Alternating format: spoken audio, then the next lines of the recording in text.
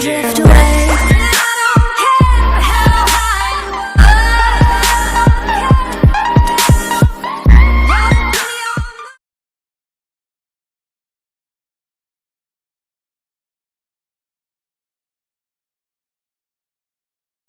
एवं किसान भाइयों, डिजिटल खेती चैनल में आपका स्वागत है।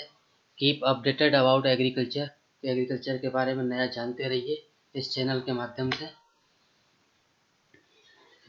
यहाँ पे हम एक कृषि में एक ट्रेनिंग की बात करना चाहते हैं जिसका नाम है एग्री क्लिनिक और agri business centre, agri clinics and agri business centre. मैं चाहूँगा कि आप इस चैनल को सब्सक्राइब करें, शेयर करें और लाइक करें। और अगर आपको कुछ और जानकारी चाहिए तो आप कमेंट बॉक्स में लिख के उसको लिख भी सकते हैं कि हमें ये जानकारी और चाहिए। इस ट्रेनिंग का नाम है agri clinic and agri business centre. Objective of the scheme, इस स्कीम के उद्देश्य क्या हैं?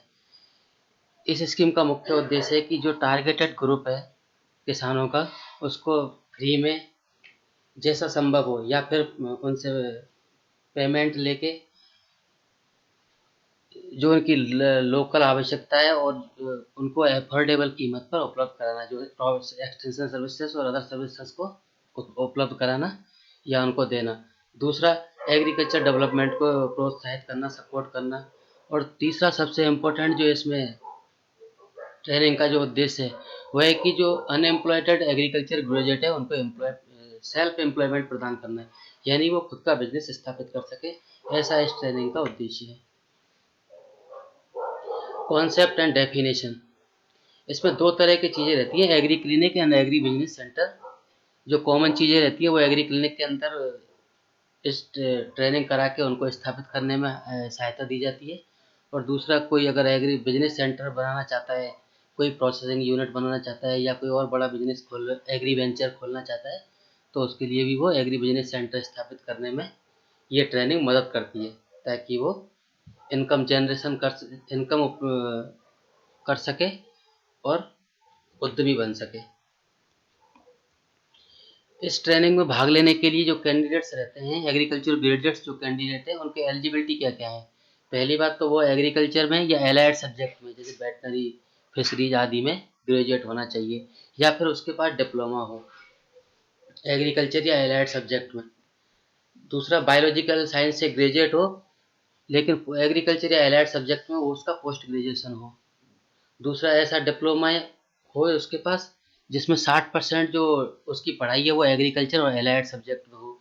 और 12वीं एग्रीकल्चर से 12वीं किए हुए लोग भी इसमें इस ट्रेनिंग को ले सकते हैं, लेकिन उनके मार्क्स कम से कम 55% होने चाहिए 12वीं में।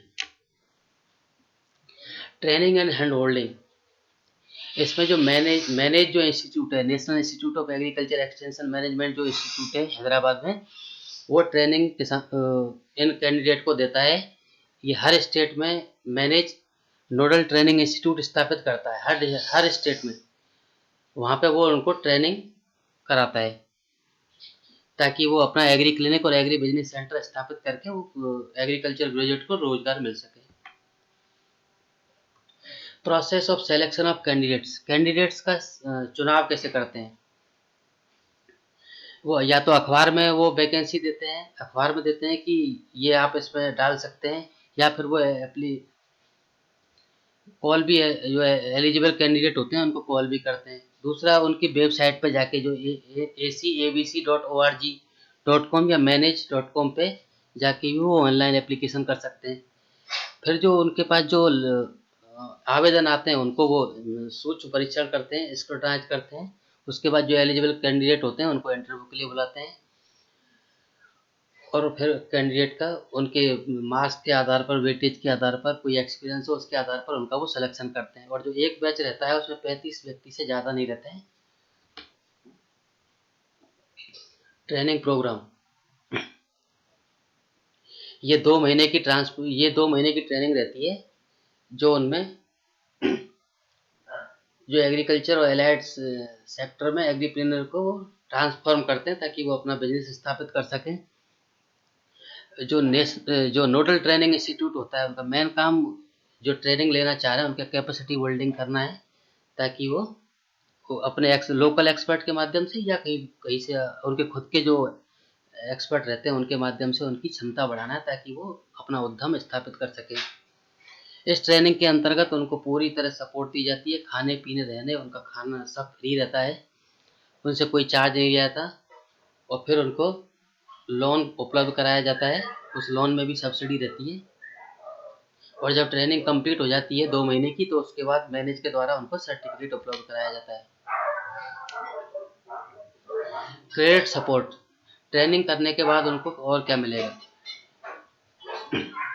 इस स्कीम के अंतर्गत वो जो प्रोजेक्ट बनाते हैं कि हमें डेयरी खोलनी है या कुछ दूसरा बिजनेस करना है एग्रीकल्चर से रिलेटेड, तो उनको वो प्रोजेक्ट बना के बैंक को भिजवाते हैं और वहाँ से उनका लोन सैंक्शन करवाते हैं। जो अधिकतम एक आदमी लोन ले सकता है, अगर एक कैंडिडेट है अकेला तो वो 20 लाख तक का लोन ले सकता है, लेकिन अगर 5 लोग मिलकर एक साथ लोन ले रहे हैं तो वो 1 करोड़ या 100 लाख तक का लोन ले सकते हैं। उसमें शर्त यह है कि उन 5 व्यक्तियों में एक व्यक्ति एग्रीकल्चर से एमबीए हो। और जो खुद कैंडिडेट जो अपना खुद का इन्वेस्टमेंट करेगा, जो भी उसका प्रोजेक्ट की कॉस्ट आती है, जैसे 1 लाख कॉस्ट आई तो उसका 10% ही उसको अपना पैसा लगाना है, बाकी का पैसा उसको लोन हो जाएगा। जो लोन बैंक से लिया है उस लोन की को वापस करने की सुविधा क्या है? जो भी लोन लिया है उसने, तो वो जो सब्सिडी उसको उपलब्ध होगी वो सब्सिडी बाद में काटी जाएगी, इसलिए उसको पूरा ही लोन भरना है, नेट लोन जितना सब्सिडी काटने के बाद बचता है। जब लोन पूरा भर जाएगा उसके बाद सब्सिडी को वो कम करेंगे। इसका रीपेमेंट पीरियड, जो भुगतान का जो पीरियड रहता है वो 5 से 10 साल तक रहता है।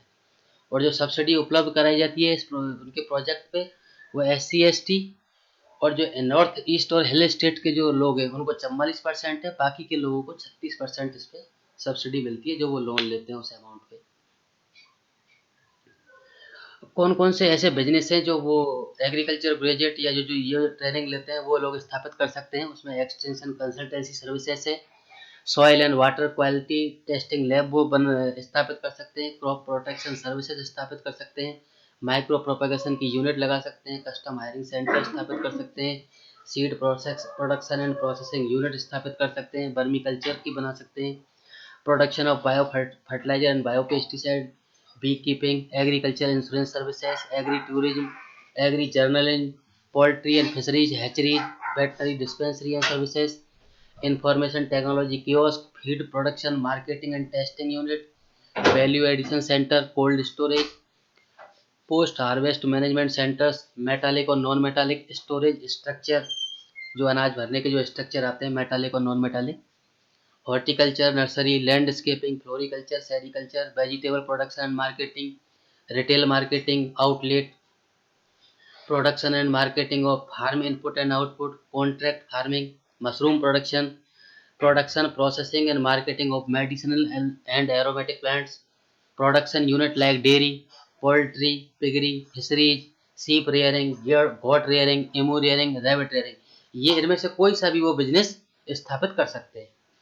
दोस्तों, आपसे निवेदन है कि इस चैनल को सब्सक्राइब करें, शेयर करें, लाइक करें, और अगर आप कुछ जानना चाहते हैं तो इसमें कमेंट बॉक्स में लिख के आप कमेंट कर सकते हैं। धन्यवाद। देखते रहिए डिजिटल खेती, कीप वॉचिंग डिजिटल खेती।